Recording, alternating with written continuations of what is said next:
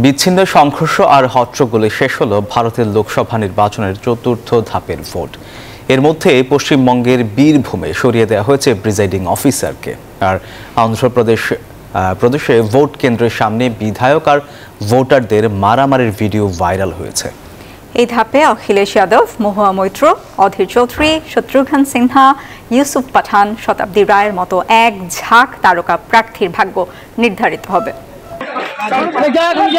লোকসভা ভোটের চতুর্থ ধাপেও হট্টগোল আর অশান্তি দেখল পশ্চিমবঙ্গবাসী। বীরভূমের ইলাম বাজারের 25 নম্বর বুথ থেকে সরিয়ে নেওয়া হয়েছে প্রিজাইডিং অফিসারকে। ওই বুথে তৃণমূলের বিরুদ্ধে ভোটারদের প্রভাবিত করার অভিযোগ উঠেছে।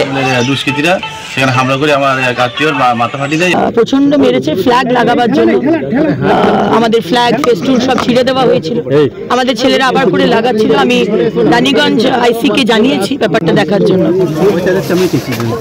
গণতন্ত্রের এই উৎসব এখন পর্যন্ত কার্যত শান্তিপূর্ণ হলেও এই ধাপেও পশ্চিমবঙ্গে বিচ্ছিন্ন সহিংসতার খবর মিলেছে। যদিও গেল ধাপগুলোর মতো এবারও এই রাজ্যেই ভোটদানের হার সবচেয়ে বেশি। সহিংসতার খবর এসেছে অন্ধ্রপ্রদেশেও। সেখানে ভোট কেন্দ্রের সামনে বিধায়ক আর ভোটারদের মারামারির ভিডিও ভাইরাল হয়েছে।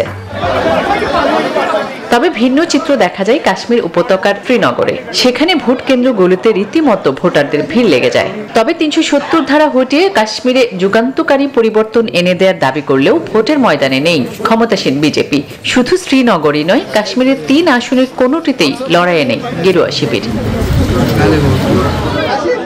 7 ধাপের লোকসভা নির্বাচনের পঞ্চম ধাপে ভোট হবে 20 মে, ষষ্ঠ ও সপ্তম ধাপে ভোট হবে 25 মে এবং 1 জুন। আর একযোগে ভোটের ফলাফল প্রকাশ হবে আগামী 4 জুন।